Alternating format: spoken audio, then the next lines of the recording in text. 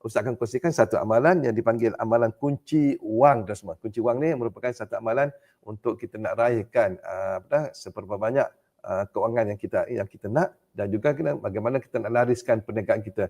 Dengan amalan ni, amalan yang pendek, mudah dan semua, yang diamalkan oleh salafus soleh dan juga diamalkan oleh orang-orang alim dan semua, yang mana mereka ni mengamalkan amalan ni, mereka ni mendapat wang tanpa diduga, la yahtasib. Jadi dengan amalan ni tuan semua mudah, bukan setakat itu saja tuan semua. Perniagaan anda akan laris, anda mudah nak close deal, anda mudah nak jumpa pelanggan untuk dapatkan projek-projek, dan juga amalan ni bukan saja untuk tu, dia juga akan menyebabkan orang kasih, pelanggan anda kasih kepada anda, kedai anda akan laris, dan juga apa saja tuan semua yang berusaha dengan kerisikan, insya-Allah anda akan dapat. Jadi kalau dengan amalan ni, omzet ataupun hasil jualan anda sama ada harian, mingguan, bulanan ataupun tahunan akan meningkat. Jangan kita kejut semua, bila anda mengamalkan wang ni, wang anda akan dah banyak. Dan ramai sekali minta wang untuk segera, maka amalan ini adalah sesuai untuk anda yang memerlukan wang yang cepat untuk belanja harian ataupun untuk nak bayar hutang dan apa semua. InsyaAllah. Jadi kita jumpa pada 7 bulan 12 jam 9 malam dalam amalan kunci wang. Assalamualaikum warahmatullahi wabarakatuh.